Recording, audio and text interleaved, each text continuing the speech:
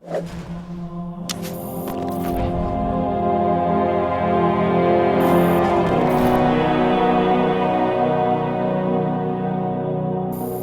name is Frank. I'm a polygon pimp. No, I build levels and I draw levels. I do the concepts and then I fabricate them. Hi, I'm Steve Cotton. I'm an environment artist on Reach. Hi, my name is Ken Taya, and I always go for the rockets. I'm an environment artist. This is Melota. They put my name as Mike, but most call me Melota, and I work. Terrible. Yeah. Wait, did I even get my name right? Cut this. You're talking slower. My name is Mike Melota, and this is my level. You can't do an impersonation of yourself. I'm Mike Melota, environment artist, architect, gameplay modifier, destroyer. This is Anchor 9, the best map ever. Yeah, this is Anchor 9, right? So we named it Anchor 9, and then after that, I put a 9 up there. Bam. Yeah, it's One of 9 anchors. 18 actually.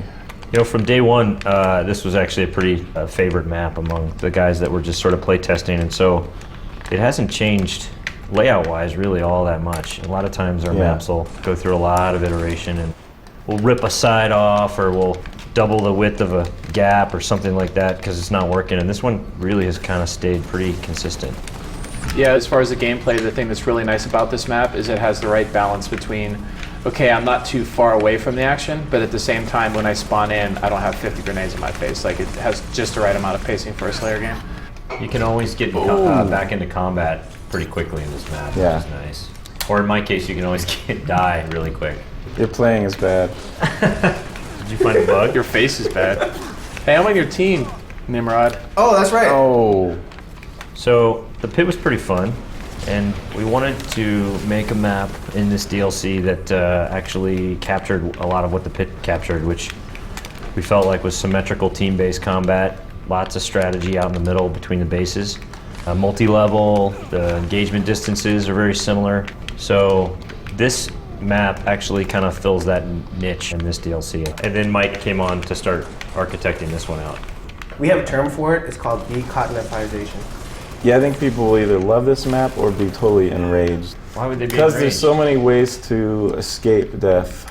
Even though it's really a tight map, I always wanted to make sure that there was an escape route because I'm often being chased. So to give myself a few more seconds to live, I'd make sure there's a little drop down or a window to run through or maybe something to hop up on. So Melota used the bevel tool in this hallway, I see? Yeah, heavily. Bevel everywhere. Primary art direction. Oh, look at this cheater. Take that grenade. I know when we sat down to think about the DLC maps, I know this one particularly had a lot of potential because of the low grav outside. Well, yeah, you know, it's funny because recently we got the Microsoft testing, and they came back, gave us a bug that it was kind of too easy to die out here. I don't know, it's just, it seems perfect to me, the amount of danger out there. Well, it's a ninja ledge, right? I mean, you're finding a shortcut, but there's like a payoff and there's also a danger. So it's risk and reward, right? If you stay inside, it's safe. I mean, well, with the exception of getting shot, but the level's not going to fight you. But when you're on the outside, you have a shortcut, but the level could be actual danger. And it sounds awesome out there. Originally, I was hoping that this space station could be kind of a crippled, half-destroyed space station during the War of Reach, and there'd be like all these crazy spaceships flying by that were like Killing frame under rate? attack, and yeah. Oh, visually. But I really like the way it turned out. It just feels really clean and easy to navigate. Probably if there was all this damage and smoke and crazy movie stuff going on, I would be getting killed even more than I do now. So I wouldn't know where I was. Well, you made this map, right? So that means you have to be the best at it, right? If that was only the case. I guess it's pretty interesting as far as the art side of things. When we were building the map out, memory is always a concern with bitmaps, and doing one-to-one on wraps for the objects takes a lot of memory. So Milton, he did the missile cards here, and he also did the engine service module. He did it in such a way where it looks like it has a one-on-one custom unwrap, but it's mostly tile textures. So he developed some really cool techniques of fabricating those objects.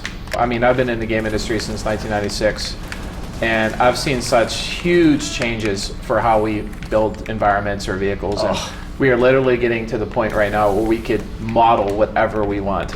So, Kentai, if you have a second, could you please tell me what these are for? Don't tell them. That's why it's an adult game. These are airlocks in case something goes wrong. All these doors shut, and these stabilize the pressure in this room.